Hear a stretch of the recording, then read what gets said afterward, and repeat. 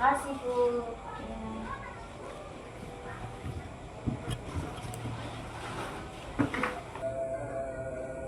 Sebelumnya apakah Mbak Aira itu sudah pernah melakukan konseling? Belum Bu, baru pertama kali ini saya melakukan konseling. Berarti Mbak Aira itu belum tahu ya apa itu konseling. Belum Bu. Nah, jadi sekarang Ibu akan menjelaskan terlebih dahulu ya apa itu konseling. Jadi konseling itu adalah suatu bantuan yang diberikan seorang konselor untuk konseli. Nah, konselornya itu adalah Ibu dan konselornya itu adalah Mbak Aira. Nah, di dalam konseling itu ada beberapa asas. Yang pertama ada asas kerahasiaan. Nah, jadi Mbak Aira itu tidak perlu takut bercerita kepada Ibu kalau. Nah, yang kedua ada asas keterbukaan. Nah, di mana itu Mbak Aira harus bercerita kepada Ibu, tidak boleh menutupi ceritanya kepada Ibu. Mbak Aira harus jujur, gitu ya Mbak. Nah, yang ketiga ada asas kerahasiaan. Jadi, di dalam asas kerahasiaan itu Mbak Aira itu tidak perlu takut kalau ceritanya itu bakal Ibu ceritakan ke teman-teman yang lain, itu tidak akan. Ibu akan jaga, Ibu akan merahasiakan ceritanya Mbak Aira. Bisa dipahami Mbak Aira? Bisa Bu. Oke, sebelum masuk ke permasalahan Mbak Aira, alangkah baiknya kita menentukan waktu terlebih dahulu ya. Nah, jadi nanti itu Ibu akan ada rapat kepada kepala sekolah. Jadi konselingnya itu maksimal nanti 30 menit ya Mbak ya. Kalau belum selesai bisa dilanjut pertemuan kedua, gitu ya Mbak Ira? Iya Bu. Oke, sekarang jelaskan permasalahan Mbak Aira terlebih dahulu. Jadi gini Bu, waktu saya masih kecil, sekitaran umur 8 tahunan, saya itu ikut ibu saya ke Bengawan. Terus saya itu mencoba untuk berlatih renang, tapi saya malah tenggelam Bu. Habis itu saya dicari banyak orang di sana. Alhamdulillahnya sih Bu, saya masih ketemu dan sekarang jadi trauma Bu. Kalau di sekolah ada jadwal renang pun saya nggak pernah ikut Bu, soalnya masih takut. Oh ya Mbak, Ibu mengerti. Jadi sekarang kamu itu merasa takut ya kalau mau berenang, karena kamu itu mikirnya pasti bakal akan tenggelam. Iya Mbak. Iya Bu, seperti itu. Nah, menurut Mbak Ira sendiri, apakah berenang itu pasti akan tenggelam? Tidak sih Bu. Walaupun ada teman di sampingmu, apakah kamu itu masih merasa takut Mbak Ira? Masih sih Bu, membayangkan saja saya sudah takut Bu. Memangnya kamu sudah memastikan kalau bayanganmu itu pasti bakal terjadi Mbak Ira? Tidak bisa dipastikan sih Bu. Nah, jadi kamu itu tidak perlu cepat menyimpulkan suatu yang belum bisa kamu pastikan ya Mbak. Iya Bu.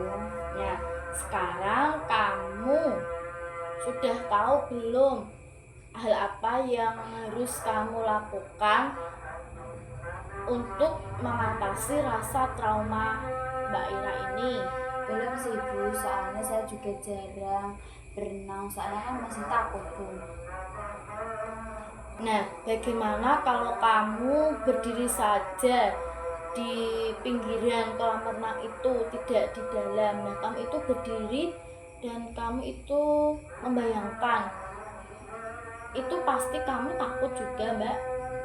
Mungkin bisa saya coba sih Bu. Oke, bisa dicoba terlebih dahulu ya Mbak, dicoba pelan-pelan dulu ya. Iya Bu, saya akan mencoba pelan-pelan. Oh ya, memang soal ketakutannya Mbak Aira ini sudah pernah diceritakan kepada guru mata pelajaran berenang itu? Belum sih Bu, soalnya saya takut dihukum. Lebih baik saya menghindar saja Bu. Nah, memangnya kalau kamu menghindar, apakah kamu itu bisa mengatasi perasaan Mbak Ira kalau trauma ini? Tidak sih Bu. Nah, memangnya kamu lalu apakah kamu memastikan bahwa guru olahraga di sekolah kamu itu akan menghukum kalau Mbak Aira itu tidak bercerita kepada Bapak Ibu guru itu? Tidak juga, Bu. Nah, lalu dengan berpikiran seperti itu, apakah masalahmu itu akan selesai dengan sendirinya? Kan tidak, toh Mbak. Iya, Bu. Nah, misalnya kamu itu minta bantuan ke guru pelajaran untuk menjaga kamu untuk berenang. Nah, bagaimana itu Mbak? Bisa atau tidak? Baik, Bu, saya akan mencoba melakukannya. Nah, sekarang menurut kamu, apakah hal yang pertama kamu lakukan itu apa, Mbak? Mungkin saya akan seperti yang Ibu bilang, saya akan berdiri di pinggir kolam, terus saya mencoba untuk menceritakan hal ini kepada guru saya, agar saya bisa meminta bantuan kepadanya. Nah, bagus sekali itu, Mbak. Mbak Aira itu harus membicarakan permasalahannya ini kepada guru olahraga ya, agar Mbak Aira itu dibantu kepada guru olahraganya, agar Mbak Aira itu bisa melakukan olahraga berenang. Jadi Mbak Aira itu juga biar mendapatkan nilai bagus gitu ya Mbak.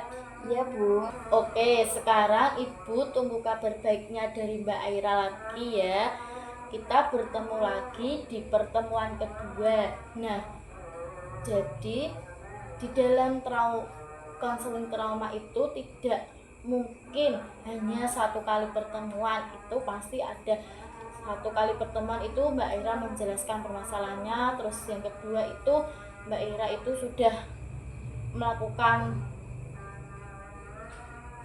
rasa yang sudah diterapkan tahap pertama apa belum gitu ya Mbak.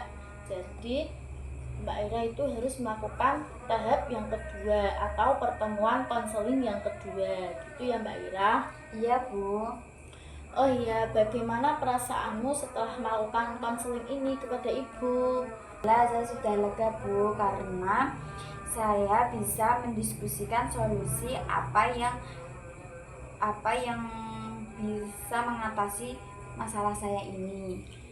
Oke Mbak Aira, kita bisa bertemu di minggu depan ya. Itu Mbak Aira melanjutkan konseling yang kedua. Jadi Mbak Aira itu bimbingan kepada Ibu itu yang pertemuan kedua itu setelah melakukan konseling pertama. Jadi itu konseling kedua itu dikonselingkan apakah itu sudah ada perubahan atau belum gitu ya Mbak Aira. Baik, Bu, kalau begitu saya ingin kembali ke kelas dulu ya, Bu, soalnya di sini ada jam pelajaran lagi. Ya Mbak, silakan. Ya, terima kasih, Bu.